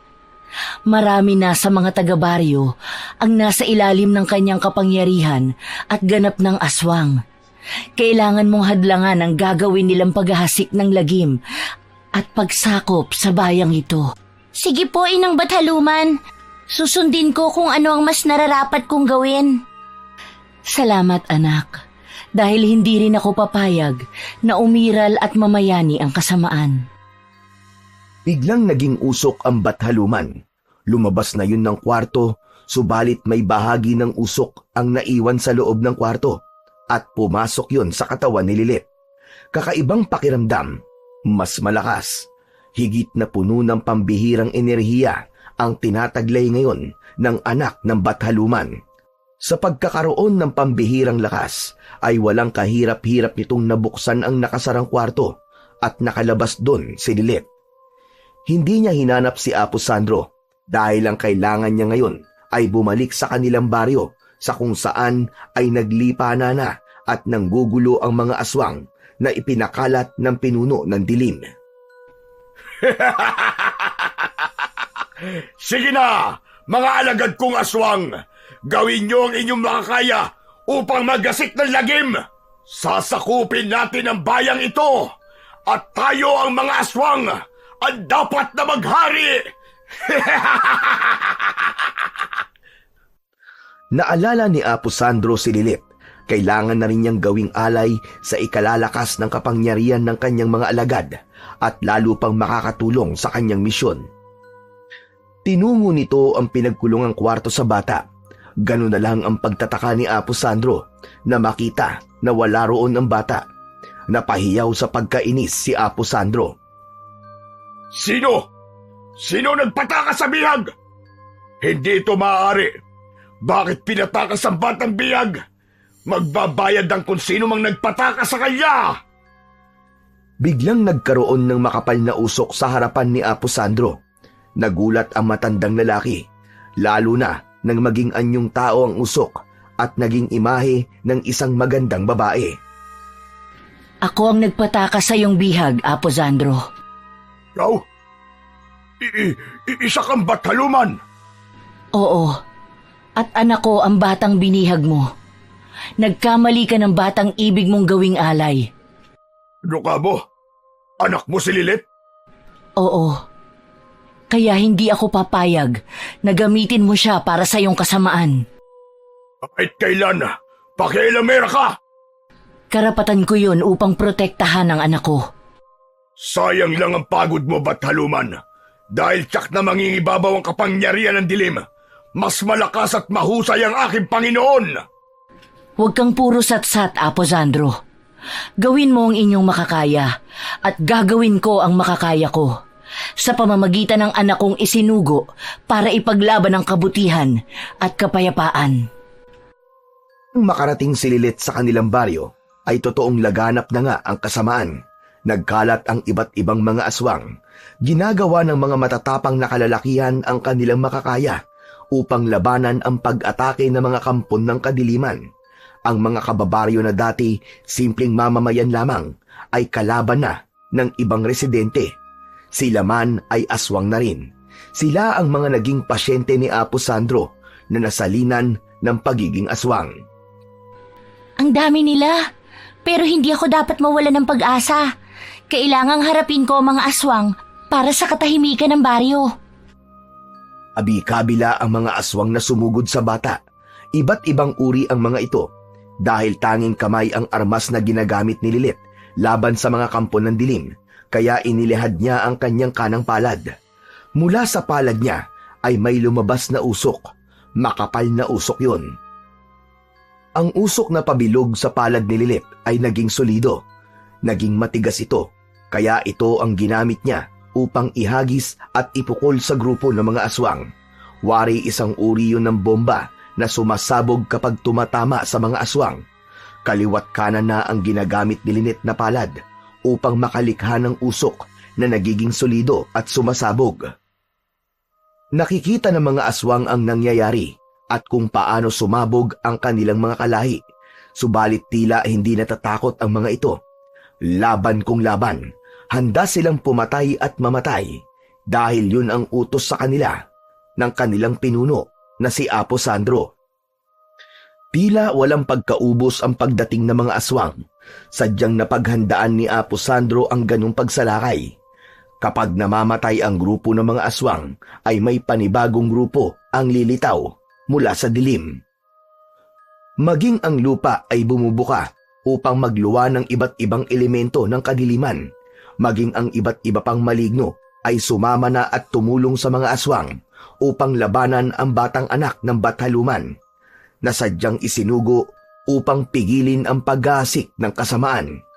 Gamit ang lakas at kapangyarihang taglay ni Lilith, ay ginawa niya ang lahat upang lipulin ang iba't ibang elemento ng kadiliman. Samantala, nakarating kay Apo Sandro ang unti-unting pagkalagas ng kanyang mga alagad, sapagkat nakikita niya yon sa kanyang balintanaw, sa kanyang isipan. Lumaban kayo mga alagad ko! Huwag na huwag kayong papayag na magapi ng isang batang paslit lamang! Kaya niyo yan! Huwag mong maliitin ang kakayahan ng aking anak. Hindi maaaring maubos at malipol ang mga alagad ko! At saan ka pupunta, Apo Sandro? Kailangan ng tulong ng mga alagad ko! Alam ko yan. Subalit hindi mo sila maaaring puntahan. Hindi mo ko mahahadlangan, Bathaluman! At gusto mo talaga akong subukan. Sige, subukan mo lang silang puntahan at makikita mo ang hinahanap mo. Hinahamon mo ba ako, Bathaluman? Hindi, kundi binibigyan lang kita ng babala. Sino ka para pigilan ako? Gagawin ko kung ano ang aking gusto. Walang pumipigil sa'yo. Pero tandaan mo, hindi mo ako mapipigilan sa gagawin ko. Naglabas ng makapal na usok ang Bathaluman. Binalot ng usok si Apo Sandro. Nakulong ito sa loob ng usok. Sinabi ko na sa'yo, hindi mo maaaring puntahan ang mga kampon mo. Pabayaan mo silang lipulin ng aking anak upang matapos na ang kasamaan nyo at ganap na mapigilan ang inyong buktot na misyon. Samantala, sa bahay ni Lolo Poldo ay nababahala na rin ito. Hindi siya makalabas ng bahay dahil nga sa nangyayaring pagsalakay ng mga aswang. Wala rin siyang kakayahan upang makatulong sa mga kalalakihang humaharap sa mga halimaw, sanhi ng kanyang kalagayan. Hindi alam ni Lolo Poldo na katulong na ng mga kalalakihan ang kanyang apo para harapin ang kampon ng dilim. Sana naririto si Lilith para natutulungan ng mga kalalakihan sa pagharap sa mga aswang na yon. Huwag mo nang asahan ang batang yon, Poldo. Hindi na yon babalik pa. Siguro, may ginawa ka masama kay Lilith, ano? Umamin ka nga, Insyang. Anong ginawa mo sa aking apo? Bakit ko sasabihin sa'yo? Dapat ay ikaw na lamang ang nawala, Insyang. Dahil napakalaki na talaga ng ipinagbago mo. Tama ka, Poldo. malaki na ang ipinagbago ko at ibang-iba na ako ngayon. Para matapos na rin ang pagtataka mo at hindi mo na ako sinusumbatan, kailangang maging kaisa ka na rin namin. Sandali, anong ibig mong sabihin, Insyang? Sa mismong harapan ni Lolo Poldo ay nagbago ang anyo ni Lola Insyang. Nangulubot ang muka, tumigas ang mahabang buhok, nagkulay dugo ang mga mata at tinubuan ng matutulis na pangil at kuko. Naging nakakakilabot at nakakapandiring aswang si Lola Insyang. Mula sa bibig nito ay tumutulo ang malagkit na laway. Ganun na lamang ang pagkasindak ng matandang lalaki sa naging pagbabago ng kanyang asawa. Ngayong alam mo na ang naging pagbabago ko, Poldo. Sabihin mo sa akin kung handa mo pa rin akong mahalin. Lumayo ka sa akin, halimaw ka! Huwag kang lumapit sa akin! Gusto ko ng yakap mo, Poldo. Halika, yakapin mo ako. Ano itong ginawa mo sa buhay mo, Insyang? Bakit ka pumayag na maging kampo ng kadiliman? Hindi ko rin ito gusto, Poldo. Dahil ito sa pagpapagamot ko kay Apo Sandro. Siya ang dahilan ng pagiging aswang ko. At kailangan, ikaw man ay maging kauri ko upang dalawa na tayo. Dapat magkasama tayo. Hindi. Ayoko maging aswang. Layuan mo ko! Layuan mo ko!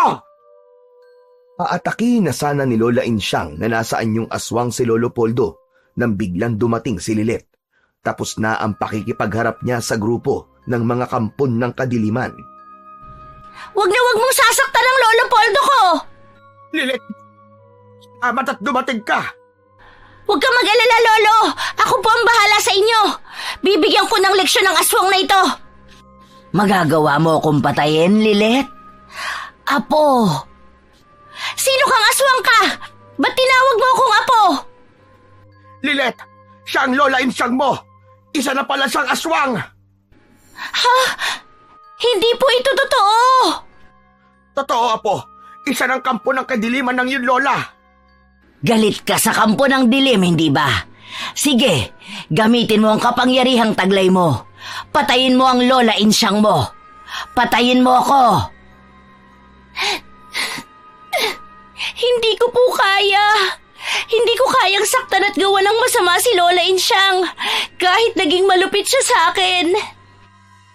Nakatingin lang si Lilet sa kanyang Lola Insyang na isang ganap na aswang. Nasa puso naman ng bata ang awa para wag harapin at wag saktan ang kanyang lola. Ngunit sa kabilang banda, walang nararamdamang anumang habag si Lola Insyang para sa kanyang apo. Kaya bigla niyang hinawakan ang dalawang kamay nito na halos ibaon na ang mga kuko. Ngayon, wala ka ng kawala, bata ka. Nasa kamay mo ang iyong lakas, kaya hindi mo yan magagamit laban sa akin. Insyang, bitiwan mo ang apo natin. Maawa ka kay Lilet. Wala ako nararamdamang awa sa kanya, Poldo. Ang tanging nararamdaman ko ngayon ay gantihan siya. Ayon sa naririnig kong utos ng aming punong si Apo Sandro. Lola Insyang, pakawalan niyo po ako! Bitiwan niyo ako! Hindi, dahil ibabalik kita kay Apo Sandro. Kailangan ka niya, sapagkat dapat kang maging isang alay. Hindi mo gagawin yan, Insyang. Nakikiusap ako sa'yo. Pakawalan mo ang ating apo. Kahit anong sabihin mo, hindi ko yan maaaring gawin. Mas matimbang sa akin ang utos ni Apo Sandro. Ibabalik ko sa kanya si Lilet. Kung hindi man, titiyakin ko ang kanyang kamatayan upang hindi na siya maging hadlang pa sa misyon ng aking pinuno. Dahil nasa panganib na ang buhay ni Lilet, hindi yun hahayaan ng kanyang inang Bataluman. Kaya habang nababahala si Lolo Poldo sa kaligtasan ng kanyang apo, ay napuno ng usok ang lugar na kinaroroonan nila. Nagulat at nagtaka si Lolo Poldo. Ganon din si Lola Insyang na nasa anyo pa rin ng aswang. Hindi na yun ipinagtaka pa ni Lilet. May ideya na siya kung ano ang sanhi ng usok na biglang sumulpot. Aswang, huwag mo nang hanapin pa ang iyong pinunong si Apo Sandro. Wala siyang magagawa dahil sa pagkakataong ito ay bilanggo ko siya. At sino ka naman bigla na lang sumulpot dito? Nagpakilala ang Bataluman. Ipinabatid niya sa mga kaharap kung sino siya at kung ano ang kaugnayan niya kay Lilith. Hindi naman makapaniwala si Lolo Poldo na isang napakagandang Bataluman pala ang ina ng batang kanilang inalagaan. Ikaw pala ang ina nitong aking apo. Opo, Lolo. At labis-labis ang aking pasasalamat sa ginawa niyong pag-aalaga sa kanya. Habang abala sa pag-uusap sina Lolo Poldo at ang Bataluman, ay inatake ni Lola Insyang si Lilith. Napasigaw ang bata na umagaw ng atensyon dahil hindi kayang sabayan ni Lilith ang ginagawa ni Lola Insyang na nasa katauhan ng aswang. Kaya kumilos na ang Bataluman upang pigilan ang masamang plano nito sa bata.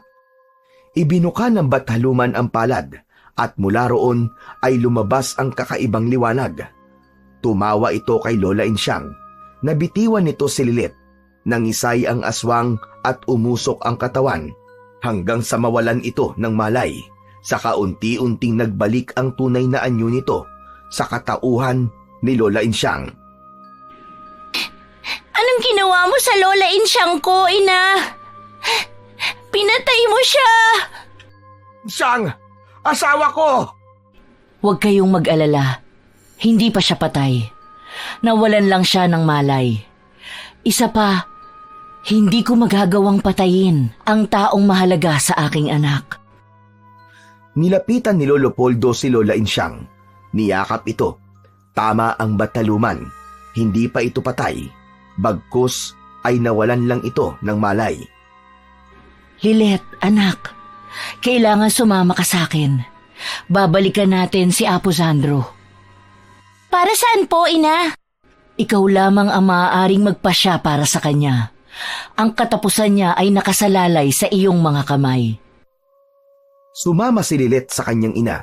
Sa lugar naman ni Apo Sandro ay inabutan nilang nakakulong ito sa gitna ng makapal na usok at nagpupumilit na kumawala. Salamat naman at nagbalik ka na, Bataluman. At kasama mo pa ang batang yan. Na aking anak, isang batang Bataluman. Bakit mo pa siya isinama?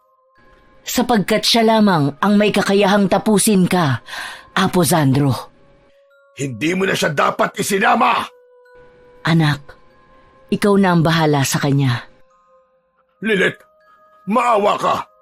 Huwag mong ituloy ang anumang nasa isip mo. Magbabago na ako. Pinapangako ko yan. Hindi ako naniniwala dahil alam kong manloloko ka, mapanlin lang at ginawa mo na yun sa akin. Kaya dapat sa nilalang na kagaya mo, hindi na binubuhay pa. Hindi tama ang ginagawa mong paghahasik ng kasamaan. Kailangan mawala ka na. Itinaas ni Lilith ang kanyang dalawang kamay. Ibinuka niya ang kanyang mga palad. Saka biglang ikiniyum yun. Sa pagkakayukom ng mga palad ay kasabay noon ang tila nasasakal na si Apo Sandro. Hawak niya ang kanyang leeg. Mas malakas na ang taglay na kapangyarihan ni Lilith dahil yun sa inang Bataluman. Sa pagkalagot ng hininga ni Apo Sandro ay naglaho na rin ang usok na naging bilangguan niya. Sa isa pang senyas ni Lilith ay ganap nang naglaho si Apo Sandro. Tapos na ang tungkulin ko, anak. Kailangan ko nang bumalik sa aking mundo. Gaya ng nasabi ko, hindi kita maisasama. Subalit darating ang takdang panahon upang doon ka rin manirahan. Okay lang po sa akin, Ina, ang hindi na manirahan sa mundo mo. Mas gusto ko po sa piling ni Lolo Poldo. Hindi ko po sila kayang iwan dahil mahal na mahal ko po sila. Nauunawaan kita, anak. Nananaig ang pagmamahal mo sa kanya bilang tao. At alam kong magiging masaya ka sa piling nila. Huwag ka ring mag-alala. Dahil sa muling paggising ng Lola Insyang mo, magiging bagong nilalang na siya. Inalis ko na sa katauhan niya ang masamang espiritu na dahilan ng kanyang masamang ugali. Magiging mabait na siya sa'yo. Wala na rin ang kanyang pagiging aswang na ipinasa ni Apo Sandro. Sa pag-alis ng inang Bataluman ni Lilith, ay nagbalik na ang bata sa bahay ng kanyang Lolo Poldo. Ganon na lang ang kasiyahan nito nang makita ang kanyang apo. dahil inakala ng matanda na hindi na nila makakasama pa ulit si Lilet. Dahil sa kasabikang nararamdaman, nilapitan ni Lolo Poldo ang apo at niyakap ng mahigpit. Salamat at hindi mo kami iniwan, Apo. Akala ko sumama ka na sa iyong ina. Hindi po. Ayoko kayong iwan, Lolo. Dahil mahal na mahal ko po kayo ni Lola Insyang. Nasaan po pala siya? Samantala, nagkamalay na si Lola Insyang, isang bagong Lola Insyang. Narito ako, Apo.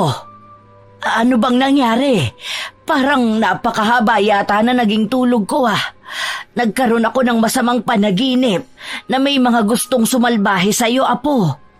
Ay, salamat na lang at nakaligtas ka. Nagtataka na nakatingin si Lolo Poldo sa kanyang asawa. Ibang-iba na ang aura ni Lola Insyang. Makikita sa mukha nito ang tila pagbabago. Napatingin si Lolo Poldo kay Lilet. Humindat ang bata. Nauunawaan naman yun ng kanyang Lolo Poldo. Alam niya na nagbago ang lahat sa tulong ng inang Bathaluman ni Lilet. Sa kabila ng mga pagbabagong nangyayari sa buhay ni Lilet at sa baryo, iisa lang ang hindi magbabago. Yun ay ang pamamalagi ng kakayahan at kapangyarihan niya bilang isang batang Bathaluman para panatilihin ang kapayapaan at katahimikan laban sa mga elemento ng kasamaan.